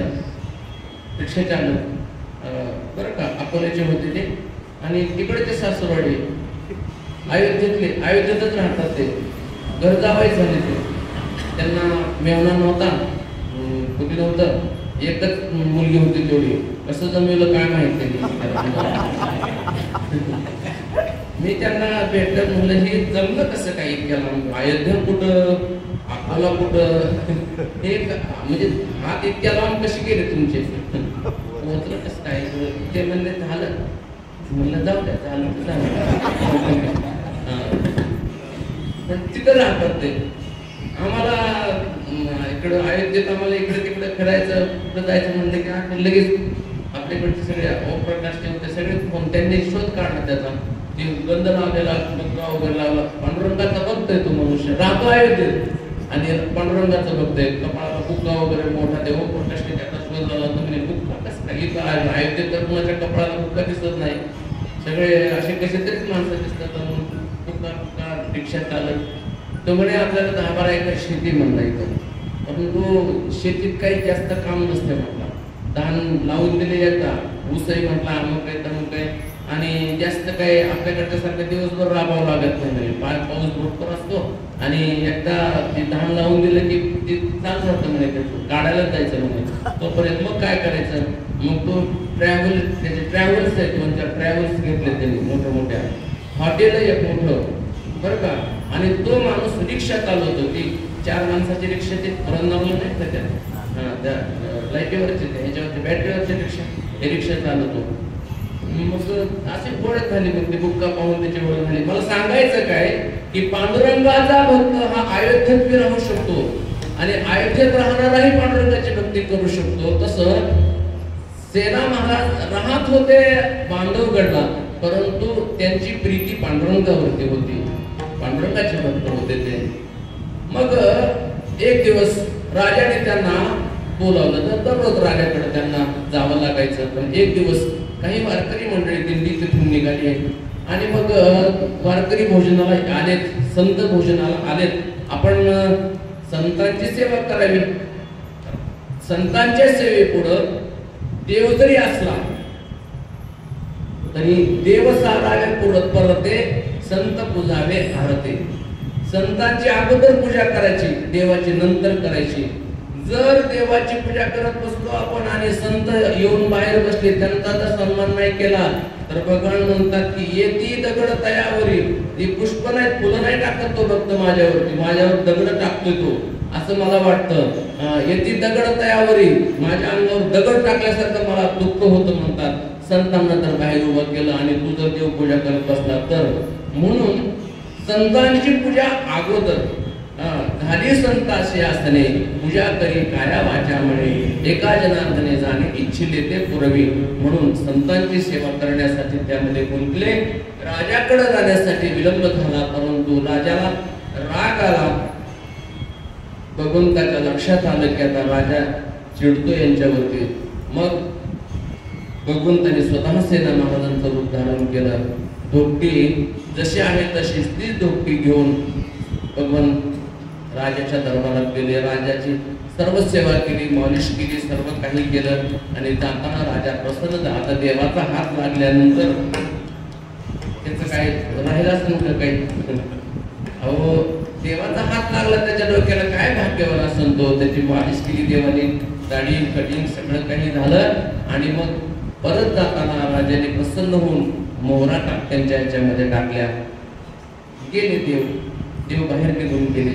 सेना महाराजांचं सगळं काम आवडून पुन्हा सेना महाराज निघाले. आल्यानंतर बाहेरचे द्वारपाळ म्हणू लागले, सेना महाराज आज डबल कश काय आले. सेना महाराजांना वाटलं चेष्टा करतायत माझे. अहो नाही, मी आलोच नाही, आत्ताच आलो. आत्ताच तर गेले होते, पुन्हा डबल कशाला निघाले. द्वारपाल असं म्हणू लागतं. सेना महाराज लक्षात येणार मी तर आलो नाही, हे लोक असं का म्हणतायत. सेना महाराज पुन्हा गेले, राजापर्यंत गेले. राजाच्या जवळ गेले तर राजाने सुद्धा विचारलं की सेना महाराज तुम्ही आत्ताच गेले होते आणि पुन्हा कसे काय आले. ते म्हणे नाही आलोच नाही, मी आत्ताच आलो, उशीर झाला त्याबद्दल मला माफ करा. अहो नाही तुम्ही आत्ताच गेले. अहो मी तुम्हाला मोहरा दिल्या, पहा तुमच्या धोपटीमध्ये आहेत तर खरोखरच त्या धोपटीमध्ये. सेना महाराज म्हणले मी आलोच नाही, माझी धोपटी माझ्या घरी. हे काय झालं. तेव्हा सेना महाराजांच्या लक्षात आलं की न सांगता करी सर्व काम, भक्त समागमे सर्व भावे हरी. न सांगता करी सर्व कामे तो न सांगता करतो. भक्तासाठी तो परमात्मा सगळी कामं करतो. सेना महाराजांच्या लक्षात आलं आणि मग सेना महाराजांचं प्रेम अधिक वाढत गेलं आणि मग सेना महाराजांनी पंढरीला निघाले. जाता पंढरीशी सुख वाटे देवा, जाता पंढरीशी. पंढरीला जाण्यासाठी त्यांना सुख वाटू लागलं आणि पंढरीची वारी सेना महाराजांनी सुरू केली. दर महिन्याला पंढरीच्या वारीला जायचे, सगळे संत मंडळी भेटायचे, आनंद यायचा त्यांच्या त्यामध्ये. आणि मग सेना महाराजांचा बराचसा काळ पुन्हा महाराष्ट्रामध्ये गेला. सेना महाराजांनी फार मोठं वाङ्मयही केलं. सेना महाराजांचे अभंग आहेत बरं का. आता मी जे म्हणतो जाता पंढरीशी सुख वाटे जीवा, आनंद केशवा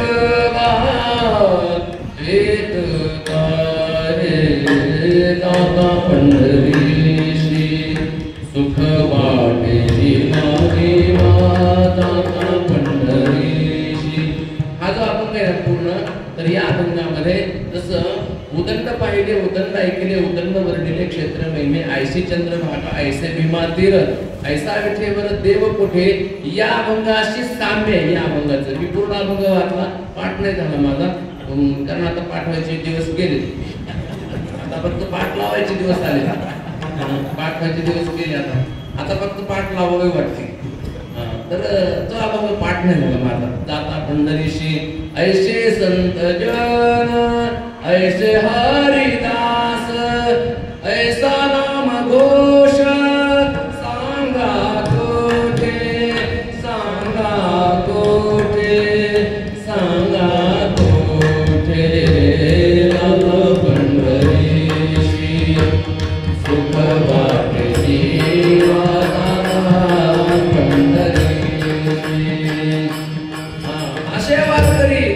पताकांचे भार तुम्हाला कुठंच पाहायला भेटणार नाही. असा संतवार पंढरीत कीर्तनाचा गजर होत तेथे असे देव, जिथं देव आहे तिथे सुख आहे, हा त्या अभंगातला भाव आहे. जाता पंढरीशी सुख वाटे जीवा आनंदे केशवा भेटू कसे, आनंदाने तो परमात्मा भेटतो, आनंद स्वरूप परमात्मा आहे. हे सेना महाराजांचे अभंग आहेत. बरं, अभंग लिहिले एवढे अभंगावरती नाही थांबले, फार मार्ग आहे सेना महाराजांचं. सेना हा भारूड पण लिहिले सेना महाराजांनी, सेना महाराजांनी भारूड लिहिले. म्हणा आम्ही वारीक वारीक करू हजामत बारीक, आम्ही वारीक वारीक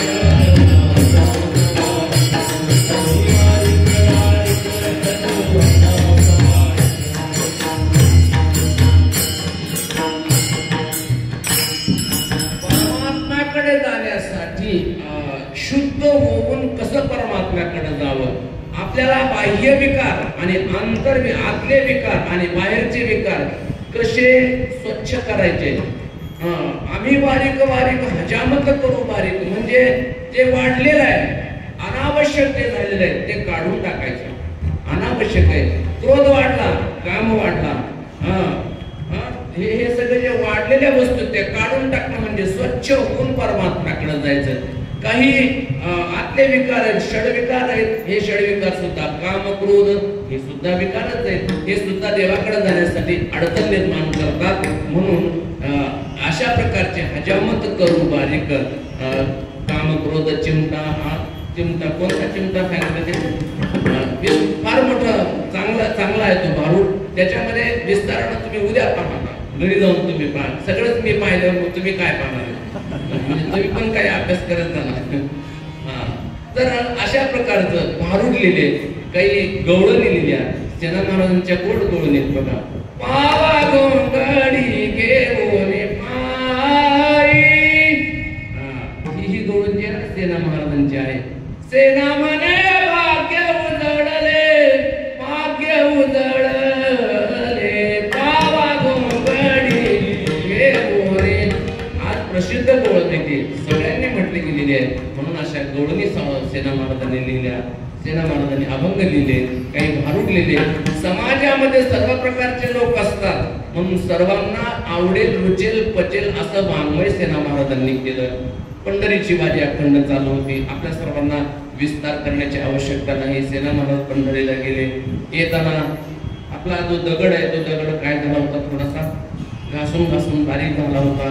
तेव्हाच्या काळातले ते आता आता काय दगड राहिलेली, आता दगड राहिले, आता सगळं मॉडर्न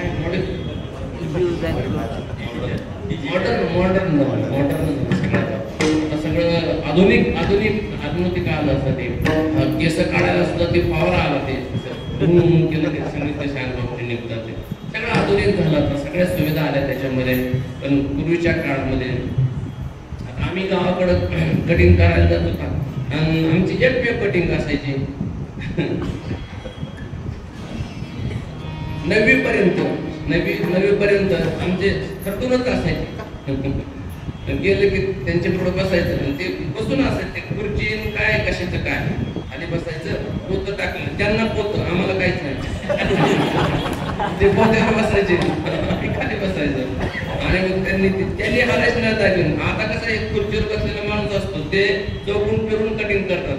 पहिलं आम्हाला खाली बसावं लागायचं, आम्हीच फिरायचं, आम्हाला फिरवायचं तिने ना, एक फिरायचं ते एकटा जागेवर बसलेले त्याने आम्हाला फिरवायचं सरकीकडे असं नुसतं गोल फिरवायचं आणि पुन्हा असं वापरून मान दुखायची, पाठीमागचं हे करायचं मान दुखून जायचे, अशी फजिती सगळी व्हायची. असं पूर्वीचा काळ होता. आणि खडकन असायचे, पाणी लावून बसायचं, ते वाट बघत बसायचं दुसऱ्याला पाणी लाव पाणी लावून ते सगळं ओलं करायचं आणि मग ते सोपं जायचं. आणि मग ते पूर्वीचे ते हे असायचे ते बसतारा त्यांनी दुपारून सकाळून माणसं दुपारून म्हशी आमचे ते बाबा सकाळी माणसाची बांधायचे, माणसाच्या गटणी करायचे आणि दुपारून म्हशी बांधून जायचे तळ्यावर. आणि मग त्या म्हशीवर चाललेले बसलेले दुसऱ्या दिवशी सकाळी कुठं नेमका आमचा नंबर असायचा.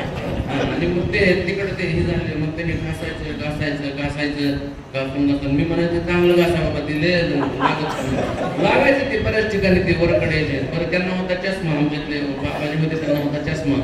कधी मग ते चष्म्यावर काय आलं वरून किती म्हणजे फार काळाकडे होता तो दगड होता त्यांच्याकडे. आणि मग तो त्या दगडावरती घासून त्याला धार आणायची आणि मग तो दगड बारीक झाला होता. म्हणून सेना महाराजांनी काय केलं, पंढरीमध्ये प्रदक्षिणा करत असताना दगड दिसला त्यांना, तो दगड घेतला आणि पुन्हा घरी आल्यानंतर दुसऱ्या वारीला गेल्यानंतर देवाने सांगितलं, सेना महाराज तुम्ही मागच्या वारीला आलेच नाहीत. महाराज म्हणले, अहो मी आलो होतो, हे काय माझ्यासोबत हे होते, शामराव होते, बाबराव होते, हे वारकरी होते, हे होते. नाही ते म्हणे तुम्ही आलेच नाही. अहो आलो तुम्ही, नाही दशमीला आले तुम्ही. सेना महाराज म्हणले, मी दशमीला होतो, एकादशीला होतो, जागर केला मी, द्वादशी सोडली, तर क्षीरापती घेऊन मी गेलो परत. ते म्हणे तुम्ही आले होते परंतु वारीला नव्हते आले, तुम्ही दगड न्यायला आले होते. असं झालं का म्हणे, बरोबर काय म्हणे, माझी एका दगडानं एक माझी वारी घडवली म्हणे. मग दुसऱ्या वारीला सेना महाराज गेले आणि येताना तो दगड आणला आणि टाकून पुन्हा देव म्हटले की तुम्ही मागच्या वारीला आले नाहीत का, आले होते परंतु दगड टाकायला आले होते. म्हणजे एक वारी दगड आणण्यात गेली, दुसरी वारी दगड टाकण्यात गेली.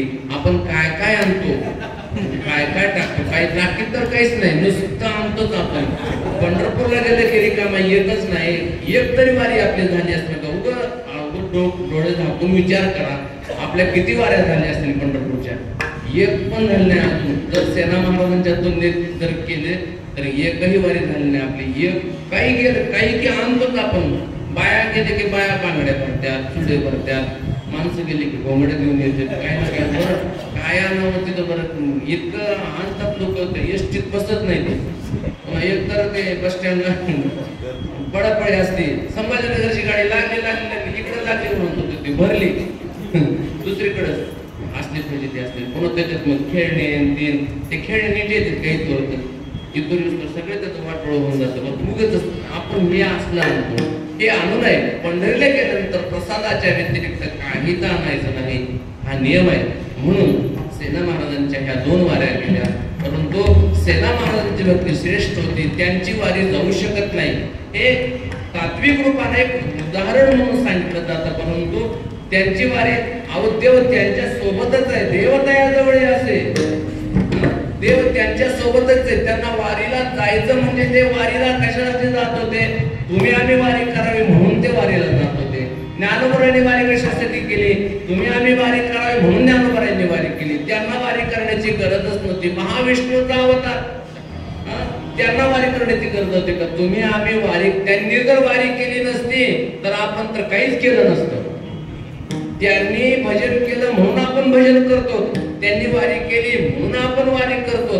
त्यांनी जर वारी नसती केली, त्यांनी भजन केलं नसतं. बरं भजन ते तेव्हाच केलं नाही, आजपर्यंतही आत्ताही समाधी वैसला निर्वाण कथा कीर्तन करीतू बाबा बाळ छंदू. आजही ज्ञानोबराय भजन करतायत. समाधीस्थ असताना सुद्धा आजही ज्ञानोबा भजन करतात, ते भजन करतायत म्हणून आपण भजन करतो. म्हणून आपल्यासाठी म्हणून त्यांनी वारी केली. सेना महाराजांनी वारी म्हणजे सेना महाराजांनी याच्यातून आपल्याला शिकवलं की पंढरीला गेल्यानंतर काहीही आणायचं नाही. वास्तविक त्यांची वारी केली नाही किंवा त्यांची वारी जातही नाही. आपण आपली जाऊ नये, कदाचित आपण त्या स्थितीला पोहोचलेलो नाहीत म्हणून आपली वारी जाऊ नये म्हणून त्यांनी आपल्या समोर उदाहरण मांडलेलं आहे. असे सेना महाराज भगवंताचे निस्सीम भक्त होते. भक्ती केली, प्रपंच नेटका सर्व सांभाळून सेना महाराज एकादशीला वद्य एकादशी शुद्ध एकादशीला पंढरीला गेले, पंढरीहून आले आणि वद्य एकादशीला रात्री भजन केलं, रात्रभर भजन केलं आणि सकाळच्या वेळेस सेना महाराज उठले. देवाचं भजन चिंतन करत करत करत त्यांनी समाधी लावली आणि समाधी लावून आपला या कुडीतील प्राण भगवत स्वरूपामध्ये विलीन ब्रह्मलीन करून टाकला. या कुडीला सोडलं आणि सेना महाराज भगवत स्वरूपाकार झाले. तो दिवस म्हणजे श्रावण मध्य द्वादशी, तो उद्याचा दिवस आहे. पण आपल्याला उद्याच्या ऐवजी आपण आज ते चिंतन करत आहोत. श्रावण मध्य द्वादशीला सेना महाराज भगवंताच्या चरणामध्ये काय झाले, विलीन झाले. जे त्या परमात्म्याच्या ठिकाणी विलीन झाले. विलीन झाले का देव त्यांच्या जवळच होता, देव त्यांच्या जवळच होता. देव दयाजवळी असे देवाचा पत्ता कुठे शोधायचा, सेना महाराजांच्या ठिकाणी देव शोधायचा. जिथं सेना महाराज आहेत तिथेच देव आहे, जिथे तो गोबाराय आहेत तिथेच देव आहे. देवाला शोधायला दुसरीकडे कुठेही जायचं नाही. या लक्षणाने युक्त जो आहे देव तयाजवळी बसे, पापनासे दर्शने ज्ञानेश्वरा.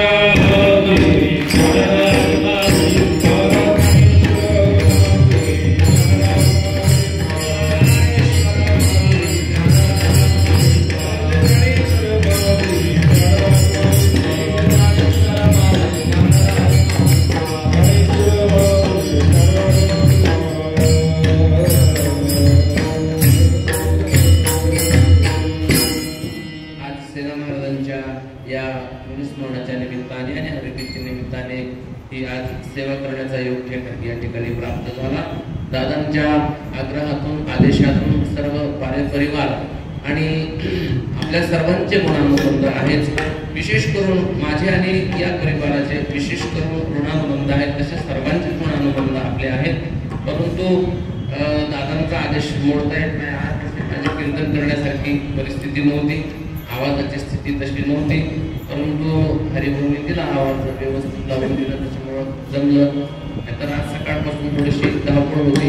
आज हरिदिनी आहे, नाहीतरी आपल्याला करायचं काय, याच्याशिवाय दुसरं काय करायचं. नाही म्हणून जमतच नाही, नाही नाही म्हणायचंच नाही. कुठली गोष्ट नाही असं म्हणायचंच नाही. आपल्याला नाही हे शिकवलेलं नाही, नाही हे शिकवलेलंच नाही.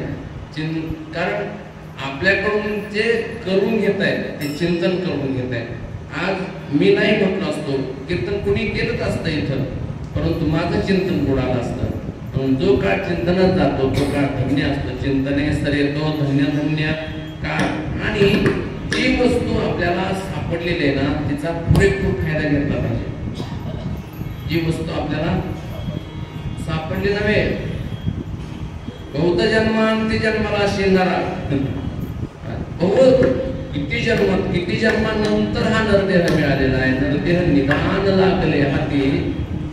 आता हे हातात लागलेले सापडत नाही. 84 लक्ष येऊन बघून पुन्हा कुठं आपण मनुष्य देहाला आलो आणि आता आलो तर याचा फायदा घेतलाच पाहिजे. याच्याकडून भजन करून घेतलंच पाहिजे, याच्याकडून कीर्तन करून घेतलंच पाहिजे. याच्याकडून हे करतंय आपण काय नाही करत, हे करतंय पारायण, हे करतंय याच्याकडून पारायण करून घ्यायचंच, याच्याकडून भजन करून घ्यायचं. याला तसं सोडायचं नाही, कच्चं सोडायचं नाही, त्याला रिकाम सोडायचं. रिकामे तो नको म्हणा, क्षणभरही रिकाम राहू नको, रिकाम राहायचं नाही. नारायण नारायण नारायण पारायण तू करी. नारायण नारायण नारायणाचं पारायण हे अखंड झालं पाहिजे. याच्याकडून करून घ्यायचं, नाहीतरी हे काय आपलं बांधील आहे का, हे कधी पण साथ सोडून देऊ शकतं. हे याचा काय भरोसा नाही. या देहाचा नहरी विश्वास ज्याची तत्वर छाया, याचा विश्वास नाही. म्हणून आहे तोपर्यंत याच्याकडून करून घ्यायचं. आणि खरंच सांगू का, यांनी मला फार साथ, ही साथ देते, मला फार साथ देते, अजून तरी तिने साथ देते साथ. आणि जोपर्यंत ते साथ देते ना तोपर्यंत करायचं.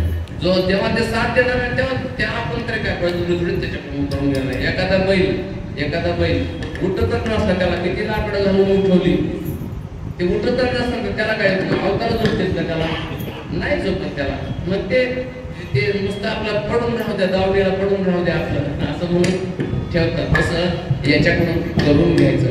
आज दिवसभर तसे गाथा पारायण झालं, शिवलीलामृताचं पारायण, हे सगळं धावपळ होती. मी दादांना म्हटलं होतं की नवनाथ महाराजांना सांगू आपण, म्हणजे सांगितलं होतं तसं, परंतु ते माझ्या भाग्यात होतच म्हणायचं. तेव्हा माझ्याकडे मी दुपारी हरिओमला पण सांगितलं होतं की आता नवनाथ महाराज सेवा करणार आहेत, मी कीर्तनाला येणार आहे, परंतु कीर्तन ते करणार आहेत. परंतु माझा योग होता म्हणायचं सेना महाराजांची. त्या निमित्तानं संतांचं वर्णन करण्याचा योग आपल्याला प्राप्त होतो. आणि तुम्हा सर्वांचं दर्शन झालं, मनुष्य एकदा दर्शन झालं, सेना महाराजांचं चिंतन करता आलं, अभंगावरती थोडंसं चिंतन करता आलं. हे सर्व दादांच्यामुळे या ठिकाणी घडलेलं आहे. मी दादांना आणि सर्व परिवारांना सर्वांना मी धन्यवाद देतो. आज या ठिकाणी विण्याच्या सेवेसाठी आदरणीय आमचे बापटे काका आहेत, अभंगासाठी गोविंद महाराज आहेत, इकडे माऊली महाराज आहेत, इकडे आमचे सुरोशे महाराज आहेत, खंडोना रामेश्वर, आमचे नाडकेदाजी, नंतर हरिभाऊ आहे, सतीश महाराज पारे, तुकाराम महाराज पारे, आता येऊन उभे राहिले ते दादा आहेत, इकडं सतीश महाराज आणि काका नवीन मुरमे काका आहेत, आमचे काय असलकर काका आहेत, सगळेच आहेत, सगळे आदरणीय आहेत. आणि आमचे आबा एवढी तब्येत बरी नसताना हे नाशिकवरून आले, ते नाशिकवरून आले. आवड असली की माणूस सवड काढतच, त्याला प्रवास करून आले तर झोपायचं होतं घरी, परंतु नाही झोपले ते. चला दादाने सांगितलं असं आलेच ते. ठाकरे आबा आले, आपले वाघ साहेब आले, नंतर म्हणजे हे आले काय ना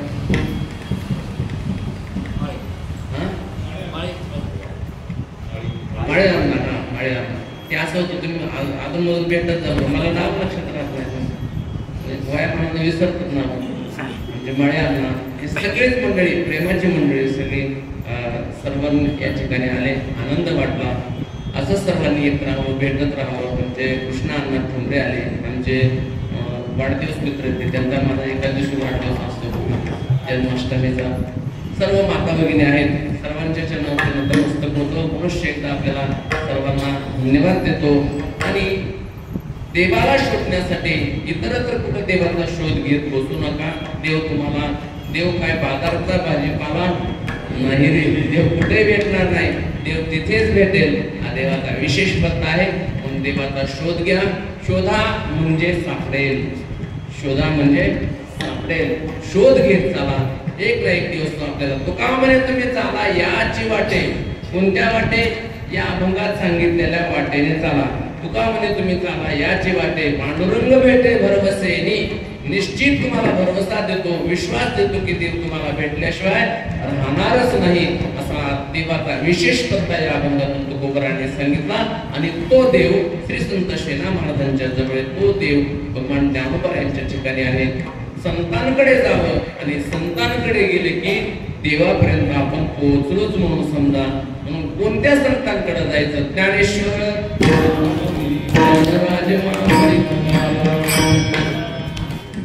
असं हे चिंतन झाले. पुनश्च एकदा सर्वांच्या चरणात नतमस्तक होतो आणि माझ्या वाटेने या ठिकाणी विराम देतो. हरिओमची इच्छा